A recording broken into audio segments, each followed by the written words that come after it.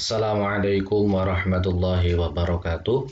Sahabat-sahabatku, teman-temanku, mahasiswa dan mahasiswi kelas mata kuliah Metodologi Studi Islam. Mari sama-sama perkuliahan kita awali dengan membaca Fatihah tabarukan, mengharap kebaikan kepada Allah Subhanahu wa taala agar Allah berkenan memberikan kita kemudahan, memberikan kita keberkahan dan juga kebaikan dan kemanfaatan ala hadiniyah wa likulli niyatin shalihah. Al-Fatihah. A'udzu billahi minasyaitonir rajim. Bismillahirrahmanirrahim. Alhamdulillahirabbil alamin. Rahmanir rahim. Maliki yaumiddin. Iyyaka na'budu wa iyyaka nasta'in. Ihdinas siratal mustaqim. Shiratal ladzina an'amta 'alaihim ghairil maghdubi 'alaihim waladdallin. Amin ya rabbal alamin. Oke, baik, sahabat-sahabat sekalian. Tema kita pada kesempatan kali ini adalah tentang pendekatan sosiologi dan antropologi dalam studi Islam. Kemarin kita sudah berbicara, mohon maaf karena memang kemarin itu tidak ada waktu untuk merecord tentang pendekatan historis. Maka teman-teman saya berikan opsi untuk membaca beberapa artikel sebetulnya, dan harapan saya sudah bisa dipahami setidaknya sebagai gambaran besar. Nah, hari ini kita akan mendiskusikan atau memberi pengantar tentang pendekatan sosiologi dan antropologi dalam studi Islam. Apa dan bagaimana kedua pendekatan ini digunakan dalam memahami agama. Nah, secara definisi, saudara, yang pertama sosiologi. Kalau kita berbicara sosiologi itu berarti erat kaitan dengan kehidupan manusia. Jadi sosiologi adalah sebuah ilmu yang mempelajari hidup bersama dalam masyarakat dan juga menyelidiki ikatan-ikatan antara manusia yang mengitari kehidupannya. Sehingga dengan demikian, sosiologi sebenarnya mencoba mengerti dan memahami sifat dan maksud hidup bersama dalam sebuah komunitas sosial.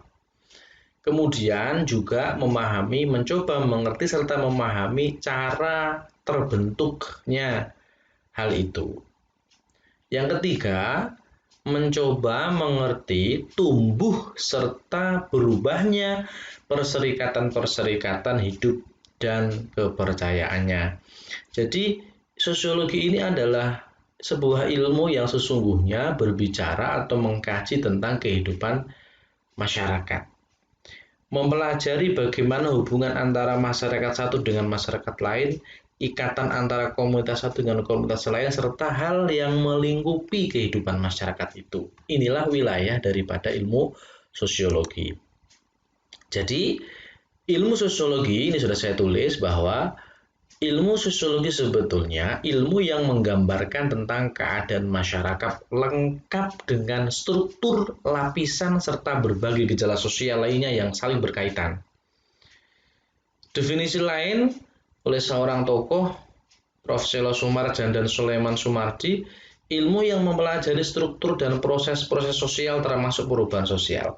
Jadi sesungguhnya ketika orang melihat kehidupan sosial menggunakan kerangka sosiologi, jadi harapannya dia bisa mendapat gambaran bagaimana sebuah masyarakat itu, struktur yang ada di masyarakat, lapisan yang ada di masyarakat, lalu apa yang mempengaruhi mereka. Nah, ini yang bisa menemukan sosiologi sebetulnya. Nah, ini dalam sejarah saya bacakan singkat. Jadi asal usul sosiologi itu, ini istilahnya bapak ilmu sosiologi ya, dalam dunia barat sosiologi, Auguste Comte.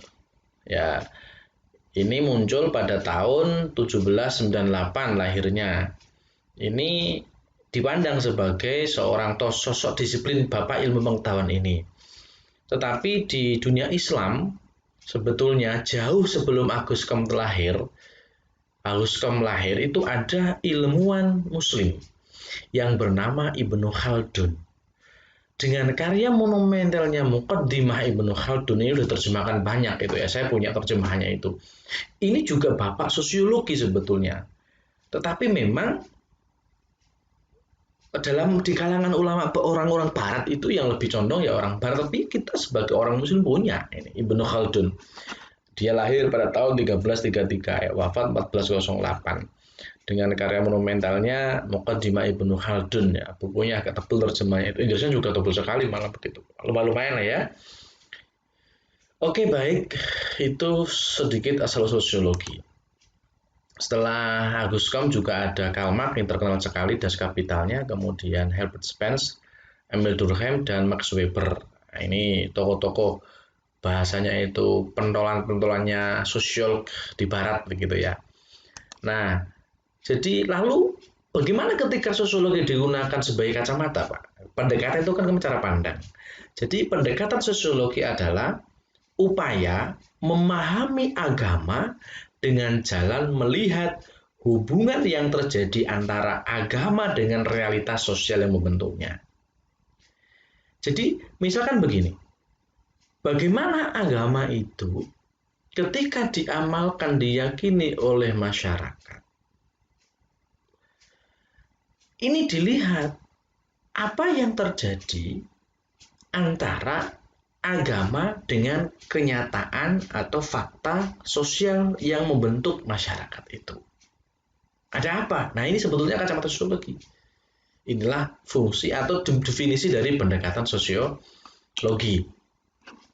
Nah, kenapa Pak Ali sosiologi itu menjadi sangat penting, urgent bahasanya? Kenapa? Satu, dengan ilmu sosiologi, fenomena sosial dapat dianalisis dengan faktor-faktor yang mendorong terjadinya hubungan, mobilitas sosial, serta keyakinan-keyakinan yang mendasari terjadinya proses tersebut. How and why it happens. Jadi dengan ilmu sosiologi itu betul-betul dapat dilihat apa yang mendasari mobilitas sosial serta keyakinan-keyakinan yang mendasari terjadinya proses tersebut. Yang kedua, banyak fenomena sosial kehidupan beragama dapat dipahami secara proporsional dan tepat bila menggunakan jasa ilmu sosiologi. Karena banyak sekali ajaran agama yang berkaitan dengan masalah sosial. Nanti kita lihat contohnya ada nanti di belakang. Karena agama diturunkan untuk kepentingan sosial, maka mau tidak mau ketika ingin memahami agama, mempelajari, mengkaji lebih dalam tentang agama, ilmu sosiologi juga sangat penting begitu sebagai salah satu pendukung dalam memahami ajaran agama. Karena yang pertama misalkan begini, dengan ilmu sosiologi dapat melihat faktor apa yang mendorong terjadi hubungan atau how and why it happen, apa yang mengapa dan bagaimana terjadi. Misalkan begini, fenomena sekarang inilah begitu. Kenapa seseorang mengagungkan sosok tertentu yang sosok tertentu itu dianggap punya pengaruh besar. Padahal menurut sebagian kelompok lain sosok tertentu itu tidak pantas. Misalkan ini yang nanti yang bisa mengkaji kenapa terjadi ilmu sosial atau sosiologi. Nah, contoh ini mengapa Nabi Yusuf itu dari zero to hero ya. Kenapa Nabi Yusuf itu kemudian dulu susah, kemudian ketika menjadi nabi menjadi sang juara, bahkan menjadi pejabat negara. Ini kan yang melihat sosiologi itu bisa. Contoh misalkan mengapa Nabi Musa dan tugasnya harus dibantu oleh Nabi Harun. Jadi hikmah-hikmah di balik ini itu bisa ditemukan setelah diteliti dengan bantuan ilmu sosial. Maka jelas apabila untuk memahami itu digunakan secara sosial pada saat teks itu diturunkan. Ini fungsi pentingnya ilmu sosiologi, begitu. Nah, ini kalau kita menggunakan cara pandang normatif tidak bisa ketemu. Nah, ini 5 perhatian agama terhadap masalah sosial. Ini penting saudara, biar kita lebih yakin paham bahwa ternyata memahami agama itu tidak sekedar hitam putih. Memahami agama itu tidak sekedar membaca terjemahan, tidak sekedar membaca makna dari teks, tapi perlu melihat realitas sosial ketika teks itu diturunkan. Kira-kira begitu. Yang pertama, 5. Penelitian agama terhadap masalah sosial. Al-Quran dan hadis itu memiliki terbesar tentang hal-hal yang berkaitan dengan muamalah. Ingat, berarti ketika berbicara muamalah, tentu ada interaksi sosial antara kelompok anggota masyarakat satu dengan anggota kelompok masyarakat yang lain, karena muamalah. Begitu, beda dengan ibadah. Kalau ibadah kan kaitan dengan manusia, dengan Tuhan. Vertikal, ini horizontal. Nah, perbandingan antara ayat sosial dengan ayat ibadah itu 100:1, saudara. Artinya, berarti ayat sosial jauh lebih banyak daripada ayat ibadah. Ini apa berarti? Perhatian agama, perhatian Quran hadis lebih banyak terhadap masalah-masalah sosial. Nah, mau tidak mau menggunakan ilmu sosial. Contoh ini. Surat Al-Mu'minun 1-9. Coba kita lihat. Qad aflahal mu'minuna alladzina hum fi sholatihim khashi'un. Alladzina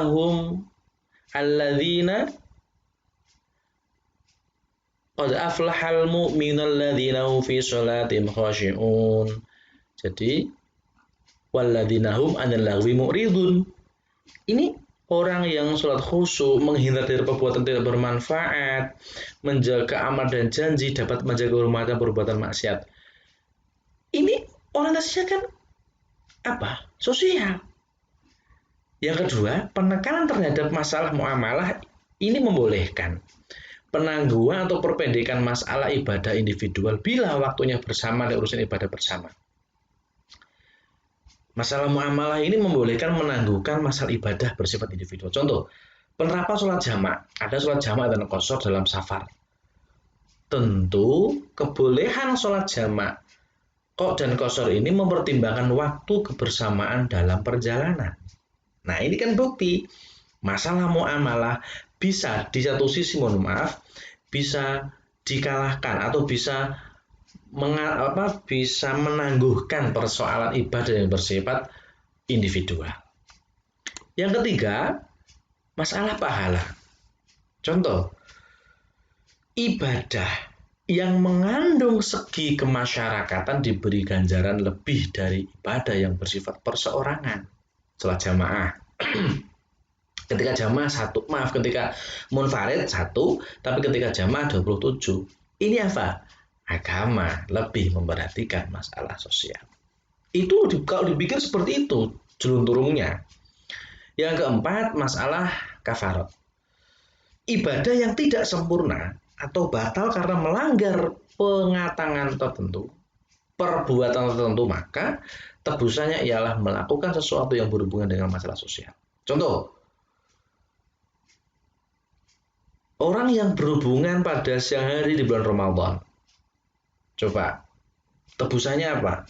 Memberikan budak. Ini berkait dengan masalah orang lain. Tidak sanggup berpuasa, fidyah. Berhubungan dengan orang lain. Berikhram, melanggar, potong unta yang dibagi-bagi kepada orang lain. Jadi, masalah kifarat ini orientasinya juga untuk kepentingan sosial. Artinya bukan untuk sendiri. Yang kelima, amal baik dalam bidang kemasyarakatan mendapat ganjaran lebih besar daripada sunnah. Nah, artinya apa? Orientasi perbuatan atau amal ibadah yang bersifat sosial kemasyarakatan jauh lebih besar ganjarannya daripada ibadah sunnah. Ada hadisnya itu. Ya. Derajat apa yang lebih utama daripada sholat, puasa, dan sedekah? Apa? Mendamaikan dua belah pihak yang saling bertengkar. Ini sosial kemasyarakatan. Pahalanya lebih tinggi derajatnya daripada sholat, puasa, sedekah yang berorientasi individual. Jadi saudara, 5 hal tadi ini membuktikan bahwa perhatian agama terhadap ilmu sosial sangat luar biasa. Lah kalau begini mau nggak mau menggunakan ilmu sosial memahaminya. Nah, ini aplikasi sebagai gambaran ya. Dalam bukunya Pak Atok Muzhar tentang studi Islam, dijelaskan bahwa pengaruh agama terhadap tingkah laku masyarakat. Nah, untuk melihat agama yang diyakini oleh anggota masyarakat tertentu ini terhadap perilakunya, seberapa jauh pengaruhnya ini menggunakan ilmu sosial. Contoh begini, ukuran kesalehan beragama di kampung dapat diukur dengan kedatangan pada sholat Jumat atau juga memakai peci. Ini ilmu sosial. Sekarang begini, Anda melihat kesalehan seseorang itu dari mungkin menggunakan peci, memakai sarung misalkan. Itu ilmu sosial yang bisa melihat di aplikasi. Di kota, walaupun kita jarang kelihatan sholat Jumat seperti di kampung, kita tidak dianggap kurang saleh. Karena apa? Kebiasaan orang desa itu perhatiannya lebih besar kepada anggota masyarakat sekitarnya, berbeda dengan orang kota gitu. Nah, indikasi kesalehan telah bergeser dan berbeda bagi orang desa dan orang kota. Yang bisa melihat ini itu apa sebetulnya? Ya ilmu sosiologi tadi. Pendekatan sosiologi. Melihat fenomena agama menggunakan kacamata ilmu sosial. Atau ilmu sosiologi begitu. Nah, ini sebagai contoh aplikasi. Misalkan lagi ini, dicontohkan dalam beberapa buku tadi, perkembangan masyarakat industri memengaruhi pemikiran keagamaan. Ya, jelas ini. Ini juga bisa menjawab ilmu sosiologi. Sholat Idul Fitri ada 2 gelombang, ini juga menggunakan ilmu sosiologi. Nah, ini yang penting saudara. Ini perlu dilihat betul, ini yang biasa menjadi perdebatan. Poligami itu memang ada dalam Al-Quran, ya. Tapi kita lihat atau sejarah yang melatar belakangi lahirnya teks poligami itu apa? Kalau kita melihatnya secara normatif, tekstual, bisa jadi ya poligami ya enggak apa-apa, wong memang perintah agama, buktinya ada di Quran, kira-kira begitu. Tapi berbeda apabila kita menggunakan kacamata sosiologi. Maka yang muncul adalah begini, poligami diperbolehkan dalam upaya apa? Upaya perlindungan sosial agar janda dan anak-anak yatim yang ditinggal oleh para syuhada tidak terlantar. Maka dengan demikian, tujuan poligami bukanlah untuk memuaskan nafsu seksual semata, tetapi karena kepedulian sosial tadi. Berdasarkan atas keadilan yang dijunjung tinggi dalam Islam, maka perkawinan yang ideal adalah monogami. Mohon maaf, memang lupa Ali, poligami kan ada di Al-Quran, bukankah itu perintah Tuhan? Ya tadi kalau kita berangkatnya menggunakan kacamata normatif doktrinal, ya mungkin akan berpikir seperti itu. Tapi kalau kita melihat sejarah atau melihat lingkup sosial yang melatar belakangi saat ayat ini turun tentu berbeda. Maka ini hasilnya. Ya. Oke, baik saudara. Berikutnya adalah ini contoh-contoh tema atau objek penelitian agama yang menggunakan pendekatan sosiologi. Misalkan studi tentang pengaruh agama terhadap perubahan masyarakat. Anda ingin melihat misalkan pengaruh ibadah atau pengaruh rutinan, misalkan yasinan terhadap perilaku masyarakat. Ada orang yang rutin pengajian tapi kok perilakunya tidak berubah, ini bagaimana? Nah, bisa menggunakan pendekatan sosiologi. Yang kedua, studi tentang pengaruh struktur dan perubahan masyarakat terhadap pemahaman ajaran atau konsep keagamaan. Yang ketiga, studi tentang tingkat pengalaman beragama masyarakat. Yang keempat, studi pola interaksi sosial masyarakat muslim. Yang kelima, studi tentang gerakan masyarakat yang membawa paham yang dapat melemahkan atau menunjang kehidupan beragama. Ini tema-tema sentral atau wilayah kajian yang bisa menjadi objek penelitian dengan menggunakan pendekatan sosiologi. Ini sebagai gambaran, nanti bisa dikembangkan. Nah, yang kedua sekarang, kalau tadi memahami ajaran agama dengan menggunakan pendekatan sosiologi, maka kita akan beralih dengan pendekatan antropologi. Nah, sebetulnya sosiologi dan antropologi ini senafas ya. Intinya berbicara tentang kehidupan sosial gitu. Cuman kalau antropologi itu lebih membahas tentang manusia yang berusaha untuk mengkaji sistem-sistem yang berkaitan dengan kehidupan manusia, masyarakat, serta budayanya. Ya, hampir mirip sebetulnya. Nah, pendekatan antropologi agama ini tidak menjawab bagaimana seharusnya beragama menurut kitab suci, tidak. Tetapi bagaimana beragama menurut penganutnya. Jadi tidak berbicara bagaimana masyarakat Batang dalam mengamalkan ajaran agama, ajaran tarekat misalkan. Menurut kitab suci tidak, tetapi melihat bagaimana ajaran tarekat itu dipahami, dilaksanakan, diamalkan oleh penganutnya. Jadi tidak berbicara menyorot tarekat dalam kacamata teks kitab suci, tidak, tapi melihat ajaran tarekat itu diamalkan oleh para penganutnya. Nah, kira-kira begitu. Inilah antropologi.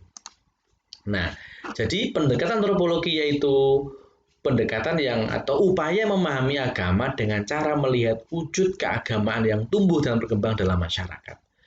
Jadi melihat bagaimana agama ini diamalkan, bagaimana agama ini dipraktekkan di masyarakat, sehingga mengkaji agama dengan menggunakan pendekatan antropologi itu kemudian melahirkan istilah yang dikenal antropologi agama. Jadi melihat agama berdasarkan wujud keagamaan yang tumbuh dan berkembang dalam masyarakat. Nah, pendekatan antropologi dalam studi agama secara umum adalah mengkaji agama sebagai ungkapan kebutuhan makhluk budaya yang meliputi beberapa hal. Satu, pola keberagaman manusia. Kemudian agama dan pengungkapan dalam bentuk mitos. Dan yang ketiga, pengalaman religius. Yang pertama, pola keberagaman manusia. Jadi melihat, membaca bagaimana model keberagaman masyarakat itu dalam meyakini entah itu politeisme atau monoteisme.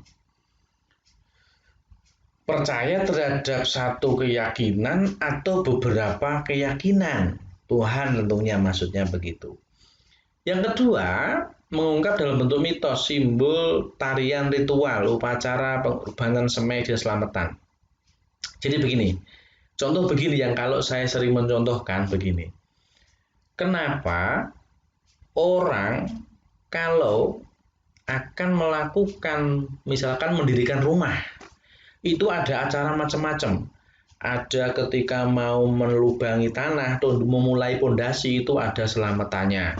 Nanti ketika naik kayu ada selamatannya, naik genteng ada selamatannya. Nah, ini tidak berbicara dalam teks suci ya. Ini kalau Anda lihat dengan menggunakan pendekatan normatif atau kacamata teks, ya enggak boleh, enggak ada itu. Tetapi kita melihat dengan menggunakan kacamata antropologi, melihat agama yang berkembang di masyarakat, yang diyakini seperti apa. Lihat bagi orang yang meyakini itu loh, enggak apa-apa, karena ini wujud dari doa. Kita berdoa mohon kepada Allah agar dalam proses membangun rumah ini diberi keselamatan. Oleh karena itu kita sedekah, sedekahnya berupa makanan. Kan begitu. Logikanya seperti itu loh. Nah, ada lagi misalkan begini. Di tempat saya dulu ada, kalau orang petani di sawah itu mau panen, itu sorenya itu ada doa. Doa di pojok sawah misalkan. Ya harapannya biar selamat itu. Tidak ada maksud lain. Apakah salah? Lah kalau kita lihat dari kacamata normatif, mungkin disalahkan. Tapi coba dengan kacamata antropologi, ini sebagai ritual atau simbol wujud syukur mohon kepada Allah agar besok panennya itu selamat, menghasilkan panen yang banyak. Kan begitu modelnya. Nah, ini salah satu contoh praktek keberagamaan yang berlaku di masyarakat. Ingat tadi ya, antropologi itu tidak berbicara agama menurut kitab suci, tidak, tapi berbicara agama melihat agama yang dipraktekkan di masyarakat. Bagaimana mereka meyakini, bagaimana mereka melakukan. Ini antropologi. Menarik sebetulnya. Oke, baik saudara. Nah, ini contoh aplikasi. Jadi ini ada sebuah contoh, tadi sudah bisa dipahami ya saya kira. Ada penelitian atau Anda ingin melihat bagaimana hubungan kondisi ekonomi dan politik, Anda ingin melihat bagaimana hubungan kondisi dan politik masyarakat terhadap agama yang diyakini. Nah, kalau orang kaya lebih cenderung mempertahankan tatanan masyarakat yang sudah mapan secara ekonomi, lantaran menguntungkan. Tetapi kalau orang yang tidak punya, itu pada umumnya lebih tertarik kepada gerakan keagamaan yang bersifat menjanjikan perubahan. Ya, jadi ini bisa dilihat dengan model kacamata antropologi sebetulnya. Nah, signifikansi kenapa pendekatan antropologi itu menjadi penting, saudara. Pendekatan antropologi dalam studi Islam itu terutama kegunaannya satu sebagai alat atau metodologi memahami corak keagamaan suatu masyarakat dan para warganya. Lebih lanjut, dapat mengarahkan dan menambah keyakinan keagamaan yang dimiliki oleh warga masyarakat tersebut. Nah, pendekatan antropologi dalam studi agama ini, studi Islam, diharapkan agar pemeluk agama Islam itu lebih toleran terhadap berbagai aspek perbedaan budaya, lokal, dan ajaran agama itu sendiri. Jadi luar biasa. Nah, saya kira begini, kenapa di masyarakat itu terjadi gesekan-gesekan dalam hal mempraktekkan agama? Mohon maaf, terjadi timbul pembid'ahan. Ya karena tidak memahami realitas sosial sebetulnya. Melihat apa-apa itu dari kacamata teks. Kalau tidak ada dalam teks Quran dan hadis dianggap tidak boleh. Padahal praktek ini sudah diyakini oleh nenek moyang kita bertahun-tahun. Maka menurut saya sejauh tidak melanggar syariat ya tidak apa-apa. Melaksanakan selamatan begitu. Maka dalam usul fikih itu begini, melakukan segala sesuatu sejauh tidak ada larangan dalam Quran, tidak ada perintah, tidak ada larangan dan tidak bertentangan, tidak masalah. Wong baik kok. Ini konsep maslahat atau konsep istihsan dalam usul fikih. Nah ini kalau kita mau berpikir seperti ini, yang muncul apa? Toleransi di tingkat masyarakat. Bukan justifikasi dosa, haram, bid'ah, neraka, bukan. Nah, kontribusinya jelas begini saudara. Jadi penjelasan antropologi itu sangat berguna untuk membantu mempelajari agama secara empiris, yang pertama. Yang kedua, kajian antropologi juga memberikan fasilitas bagi kajian Islam untuk lebih melihat keragaman pengaruh budaya dalam praktik Islam. Jadi, kalau kita betul-betul bisa belajar, memahami dengan konsep atau penjelasan antropologi tadi akan sangat membantu mempelajari agama secara empiris. Jadi tidak semata-mata tekstual, tetapi kajian agama diarahkan pada pemahaman aspek sosial kontekstual. Ya, akan lebih enak. Bukan berarti merubah teks agama, bukan, tapi bagaimana ajaran agama itu dikontekstualisasikan. Yang pertama itu. Yang kedua, memberikan fasilitas bagi pemeluk agama Islam untuk lebih melihat keragaman pengaruh budaya dalam praktik Islam. Jadi luar biasa penjelasan atau manfaat dari pendekatan antropologi. Nah, sebuah refleksi saudara terakhir bahwa memandang agama sebagai fenomena kultural memberikan makna beragama terdalam, yakni meningkatkan kesadaran kolektif masyarakat tentang arti penting agama dalam kehidupan sosial kemasyarakatan. Di samping itu muncul pula upaya-upaya baik individu maupun kolektif untuk mengurangi atau menghilangkan potensi ketegangan atau antagonisme. Inilah mestinya bahwa ketika kita memahami, mempraktekkan ajaran agama kita, sebaiknya memang memahami secara komprehensif, tidak hanya dari satu sudut pandang. Apalagi berangkat dari fenomena kultural masyarakat kita. Agama yang diyakini oleh masyarakat kita itu diamalkan, sudah menginternalisasi, jadi nilainya yang diamalkan, spiritnya yang diamalkan, bukan sekedar apa yang tertuang dalam teks. Begitu. Jadi endingnya adalah akan muncul sikap toleran, akan muncul sikap pengertian, ya, tidak menjustifikasi paling benar atas apa yang dipahami. Ini bahaya sekarang terjadi. Kadang orang hanya mengenal sedikit tentang agama apa yang diyakini, menyalahkan yang lain. Naudzubillah ya. Nah, Anda sebagai akademisi ini jangan sampai terjadi, belajar untuk memahami agama secara luas dan komprehensif. Oke, baik saudara, saya kira begini, cukup sekian dari saya. Semoga memberi kemanfaat. Terima kasih. Wallahu muwaffiq ila aqwamit thoriq. Wassalamualaikum warahmatullahi wabarakatuh.